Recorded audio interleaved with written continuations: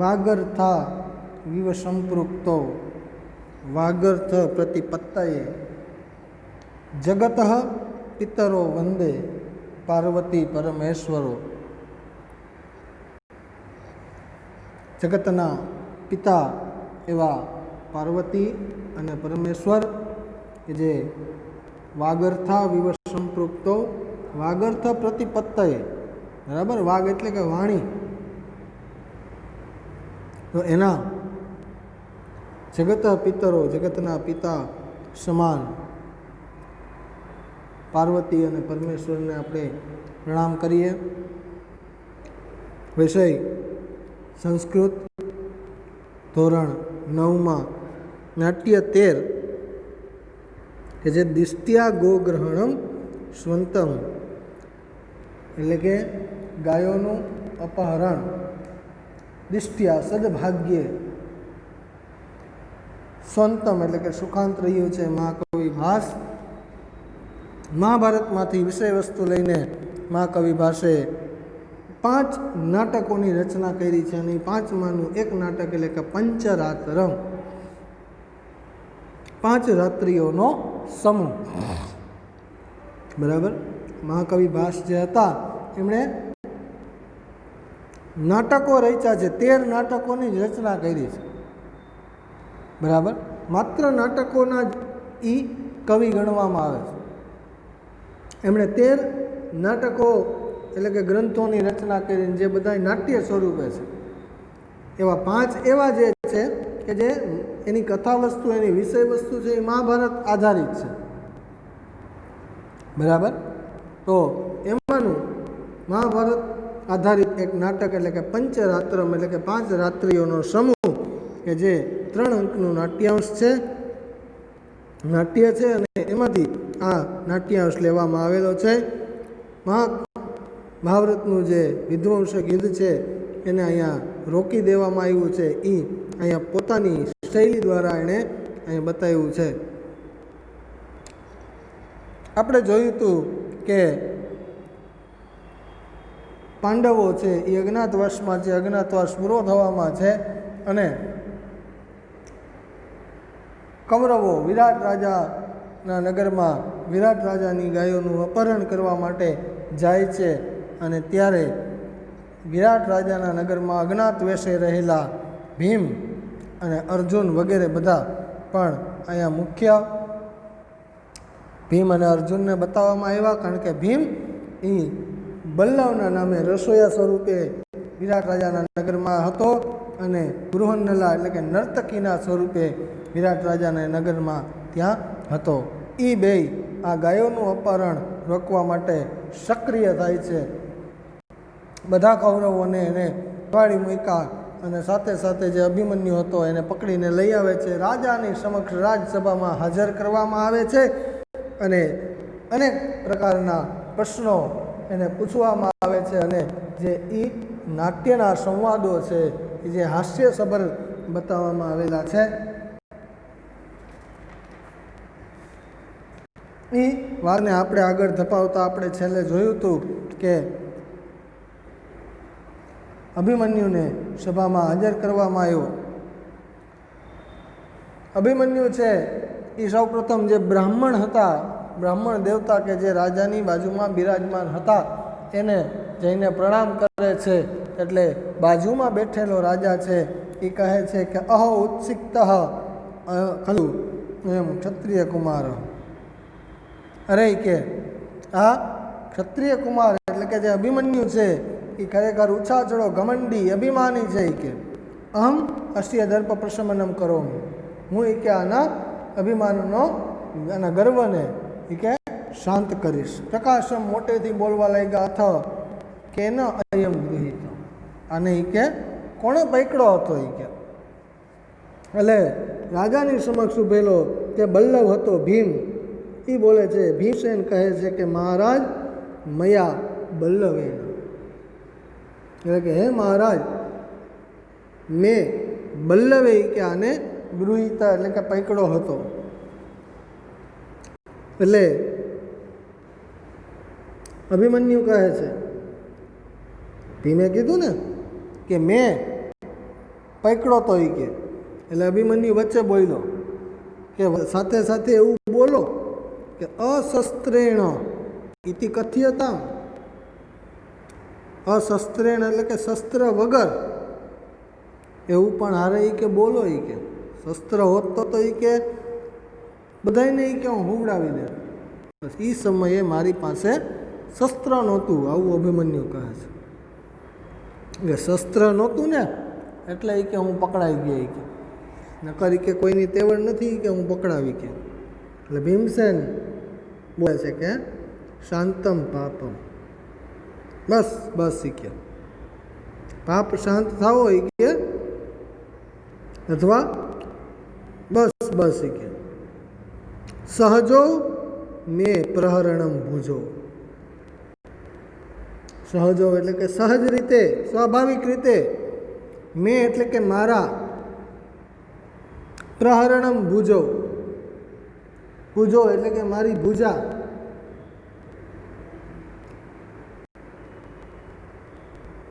મારા જે બે હાથ છે ને એ સહજ રીતે, પ્રહરણમ સ્વાભાવિક રીતે મારા એ કે શસ્ત્ર છે એ કે મારે શસ્ત્રની જરૂરત નથી પડતી કે આ મારા બંને હાથ જ મારા માટે એ કે શસ્ત્ર સમાન છે એ કે. સહજો મેં પ્રહરણમ ભુજો, સહજ રીતે જ મારા બંને હાથ, મારી બંને ભુજા છે ને એ શસ્ત્ર સમાન છે એ કે ધનુ તો દુર્બલૈહિ ગૃહ્યતે, અને શસ્ત્ર એટલે કે ધનુષ્ય વગેરે છે એ કે દુર્બળ માણસો ગ્રહણ કરે છે એ કે. ધનુ એટલે કે ધનુષ્ય, તું અવ્યય છે, દુર્બલૈહિ તૃતીય બહુવચનનું રૂપ છે.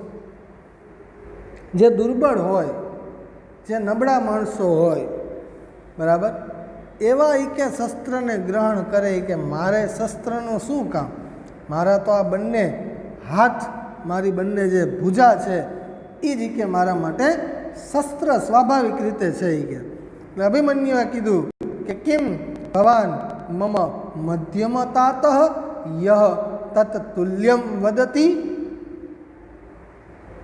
કિમ ભવાન શું તમે, મમ મધ્યમતાત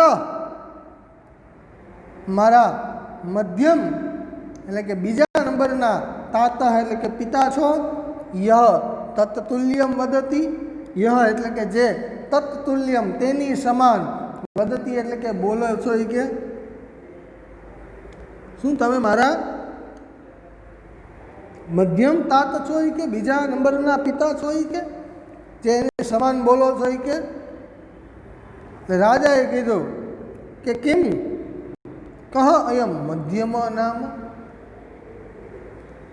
રાજાએ અભિમન્યુને કીધું કે પુત્ર અયમ મધ્યમ નામ કહ, આ મધ્યમ કહ એ કે કોણ છે એ કે. એટલે અભિમન્યુ જવાબ આપે છે કે શ્રૂયતામ, સાંભળો એ કે, યહ ખલુ, યહ એટલે કે જેણે, ખલુ એટલે કે ખરેખર, જરાસંઘમ પંચત્વમ અનયત સ, જેણે કે જરાસંઘને હણી નાખ્યો, પંચત્વમ એટલે કે હણી નાખવું, મારી નાખવું, જેણે જરાસંઘને કે મારી નાખ્યો ને એ કે. જરાસંઘ અને ભીમ વચ્ચે જે યુદ્ધ થયું હતું, બરાબર, જરાસંઘમ એટલે કે જરાસંઘને, પંચત્વ મનયત પંચમહાભૂતમાં વિલીન કરી નાખ્યો એટલે કે મારી નાખ્યો ને એ કે મમ મધ્યમાં તાતા. જરાસંઘ છે એ પુરુકુળના બૃહદ્રથ રાજાનો પુત્ર હતો, બે માતાઓથી બે ટુકડા રૂપે તે જન્મ પામ્યો હતો. જરા નામની રાક્ષસીએ બંને ટુકડાને સાંધી નાખ્યા, ભેગા કરી નાખ્યા, બરાબર. જરા નામની એક રાક્ષસી, અને એ રાક્ષસીએ આ બંને ટુકડાઓને ભેગા કરી નાખ્યા અને એને એક બનાવ્યો. અને એ મગધ પ્રદેશનો મહાપરાક્રમી રાજા હતો આ જરાસંઘ. અને કંસ જે હતો કૃષ્ણના મામા જે કંસ, બરાબર, એના સસરા એ આ જરાસંઘ હતો, બરાબર. કંસના સસરા એટલે કે દેવકીના પિતા, બરાબર. સોરી, દેવકીના પિતા નહીં થાય,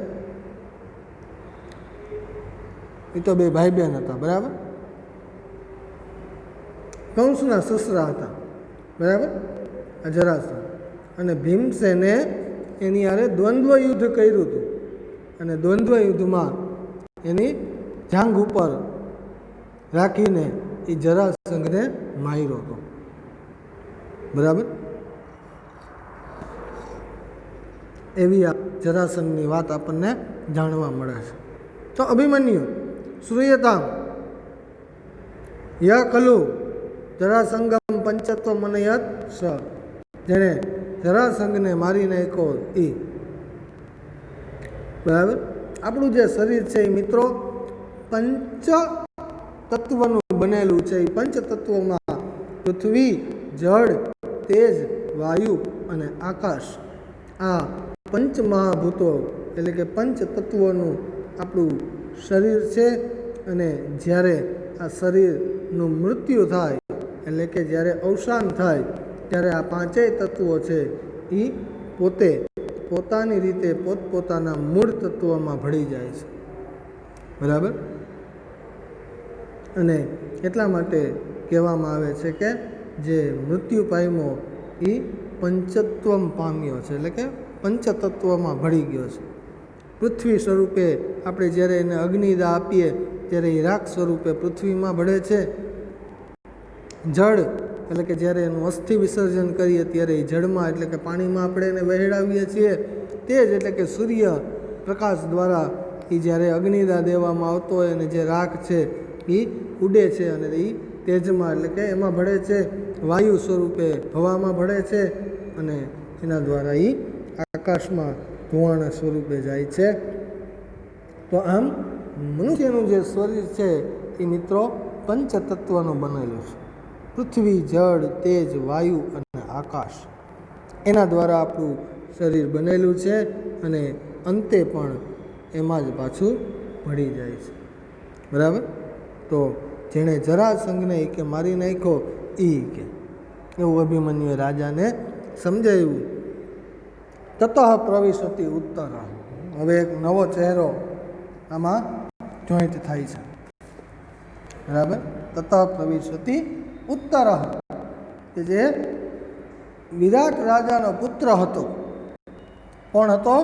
વિરાટ રાજાનો પુત્ર, બરાબર.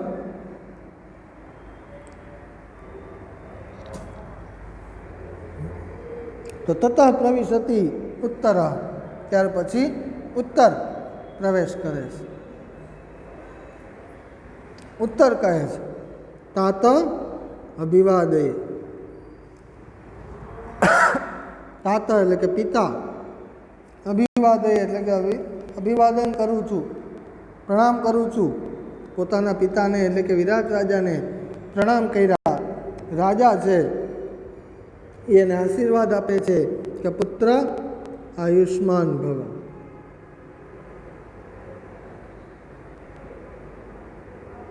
દીર્ઘાયુ થાય કે અપી પૂજિતા કૃતકર્માણ યોદ્ધા. અપી પૂજિતા કૃતકર્માણ યોદ્ધા, જેમણે પરાક્રમના કાર્યો કર્યા તે યોદ્ધાઓને તે પૂજાય કે.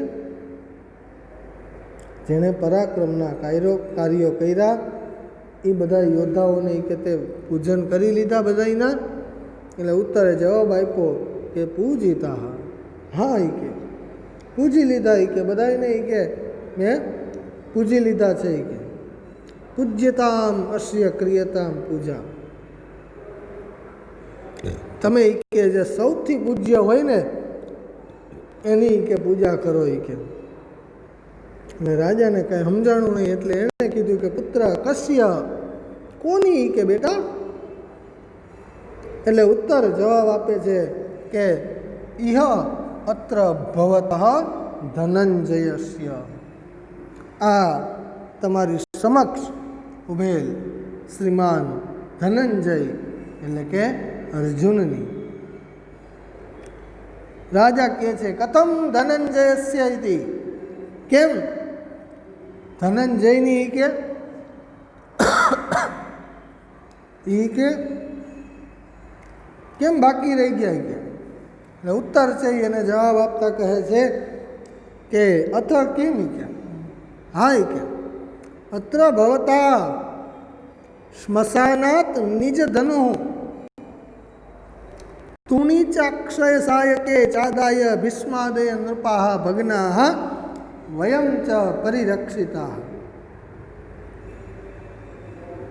તો એના વિશેની વાત કરી કે એ મહાશયે એટલે કે ધનંજય સ્મશાનાત નિજ ધનુ, સ્મશાનમાં એનું જે ધનુષ્ય છુપાવી દીધું તો અજ્ઞાત વેશે રહેલા હતા, બરાબર. એટલે શસ્ત્ર વગેરે કાંઈ રાખવાનું હોય નહીં. એટલે અર્જુને પોતાનું જે શસ્ત્ર હતું, પોતાનું ગાંડીવ, બરાબર, ધનુષ્ય, એણે સ્મશાનમાં છુપાવી દીધું હતું. તો સ્મશાનાત નિજ ધનુ, નિજ એટલે કે પોતાનું ધનુષ્ય સ્મશાનાત સ્મશાનમાંથી લઈ આવીને તુણી ચ અક્ષય સાયકે,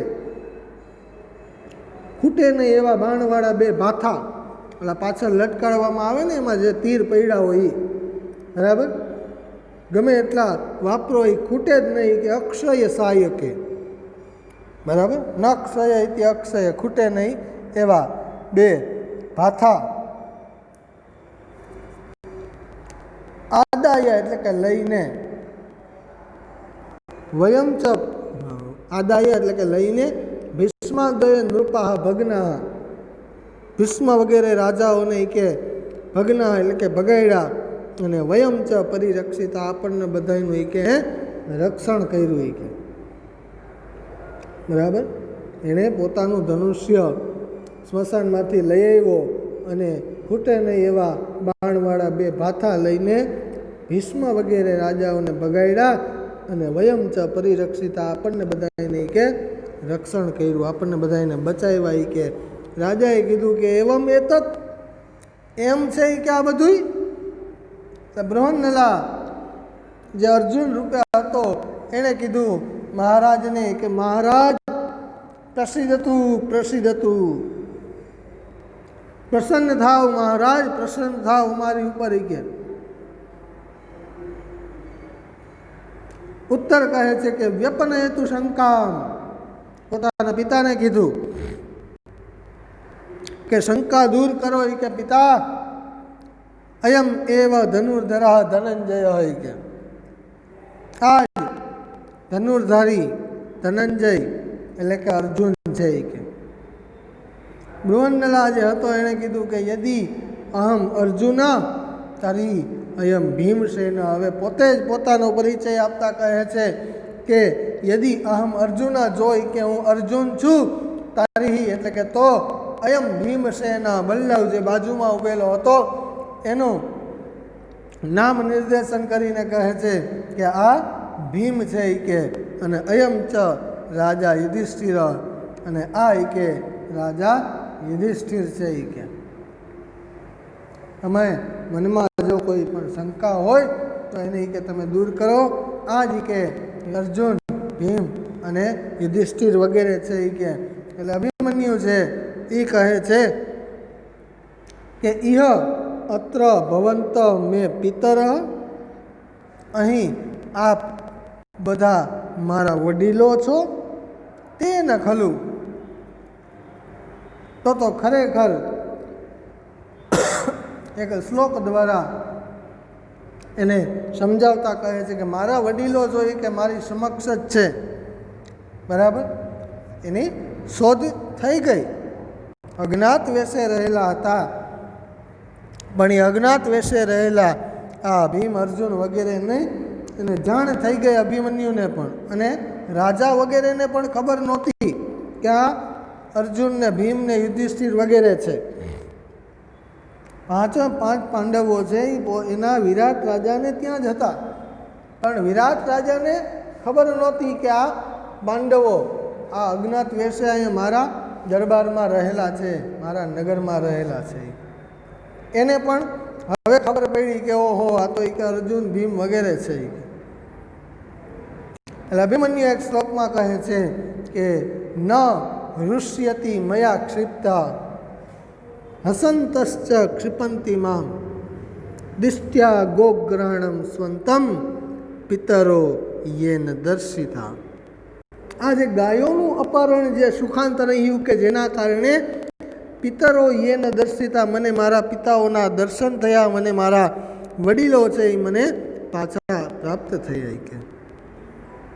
તો એટલે કહે છે કે મારાથી આક્ષેપ કરાયેલા ન ઋષ્યંતી મયા ક્ષિપ્તા, ક્ષિપ્ત આક્ષેપ, મારાથી આક્ષેપ કરાયેલા ગુસ્સે થતા નથી અને મને ન હસંતશ્ચ ક્ષિપંતિમાં, મને હસી કાઢતા તેઓ અપમાનિત કરે છે. દિષ્ટ્યા ગોગ્રહણમ સ્વંતમ,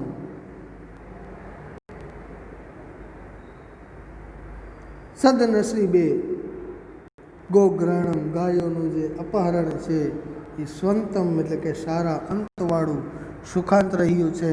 કારણ કે જેણે યેના એટલે કે જેણે પિતર દર્શિતા, મારા વડીલો એટલે કે ધર્મરાજ યુધિષ્ઠિર ભીમ અર્જુન વગેરે કે મને દર્શિતા એટલે કે બતાવ્યા કે મને મારા વડીલો કે પાછા મળી ગયા છે. આ પંચ રાત્રમાં જ મને મારા વડીલોની પ્રાપ્તિ થઈ ગઈ છે, મને મારા વડીલોના દર્શન થઈ ગયા છે. તો આ જે ગાયોનું અપહરણ છે એ સદભાગ્યે ખરેખર રીતે સુખાંત રહ્યું છે. છેલ્લે કહે છે કે ઇતિક્રમેણ સર્વાન પ્રણમતી, અભિમન્યુ છે એ ક્રમશઃ વારા ફરતી બધાને પ્રણમતી પ્રણામ કરે છે અને સર્વે હિ તસ્મે આશીર્વાદાન વદંતી, બધા જ છે એ તેને ખૂબ ખૂબ આશીર્વાદ આપે છે. બરાબર. તો આ રીતે આ નાટ્યાંશને અહીં આપણે જોયો કે જેમાં મુખ્ય પાત્ર તરીકે ભીમ, અર્જુન, અભિમન્યુ, વિરાટ રાજા અને એનો પુત્ર, આ 5-6 પાત્ર જે છે એને મુખ્ય બતાવવામાં આવ્યા છે. બીજું કે મિત્રો આનું જે સ્વાધ્યાય છે એ સ્વાધ્યાયમાં જે પ્રશ્નો છે એને ખાસ પાકા કરવાના છે, જેમાં સંસ્કૃત પ્રશ્ન, ગુજરાતી પ્રશ્ન અને ધાતુરૂપ વગેરે આપેલું છે, જેને એક વખત ખાસ જોઈ લેશો. સંધિ વગેરે છે એ વિશેષ પ્રશ્નોત્તરમાં કૃદંત સંધિ, બરાબર, સમાનાર્થી, વિરોધાર્થી, આ બધા પ્રશ્નો આપણે પૂછાય છે. એટલે ખાસ વ્યાકરણમાં તમારે કયા કયા પ્રશ્નોની યાદી રાખવી, તો જો તમારે સમાનાર્થી, વિરોધાર્થી, સંસ્કૃત શબ્દ આપ્યો અને એનો ગુજરાતી અર્થ એટલે કે શબ્દાર્થ, અને ગુજરાતી શબ્દ આપ્યો એનો સંસ્કૃત શબ્દ, બરાબર, એટલે કે સંસ્કૃત શબ્દાર્થ અને ગુજરાતી શબ્દાર્થ, સમાનાર્થી, વિરોધાર્થી, ખાલી જગ્યા આવતી હોય મિત્રો એમાં, બરાબર, એ ખાલી જગ્યા કરવી, કૃદંત અને સંધિ, આટલા પ્રશ્નો છે એ વ્યાકરણમાં તમારે કરવાના રહે છે. બરાબર. તો આ રીતે સારી રીતે તૈયારી કરતા રહેજો. ગમે તે સમયે પરીક્ષા આપણી લેવામાં આવશે, બરાબર, કારણ કે હવે દિવાળીનો સમય નજીક આવે છે તો પરીક્ષા પણ કદાચ લેવાની થાય, બરાબર. તો જો તમે સારી રીતે તૈયારી કરેલી હશે તો સારી રીતે તમે પરીક્ષા આપી શકશો, બરાબર. એટલા માટે ખાસ સારી રીતે તૈયારી કરજો. બધા જે કાંઈ પણ પાઠ છે એનું ભાષાંતર સંસ્કૃત, ગુજરાતી, પ્રશ્ન જવાબ, બરાબર. તો આવા જે કાંઈ પણ પ્રશ્નો કીધા એ પ્રશ્નોનો સારી રીતે અભ્યાસ કરજો. પરીક્ષાની જે પેપર સ્ટાઇલ છે એ જે તે સમયે લાગુ પડતું હશે ત્યારે તમને મોકલવામાં આવશે. બરાબર, પણ તમે પૂરતી તૈયારી સાથે આગળ વધજો, સમયનો ઉપયોગ કરજો. બરાબર, અસ્તુ, જય શ્રી કૃષ્ણ. અહીંયા આપણે નાટ્ય 13ને પૂરું કરીએ છીએ. બરાબર.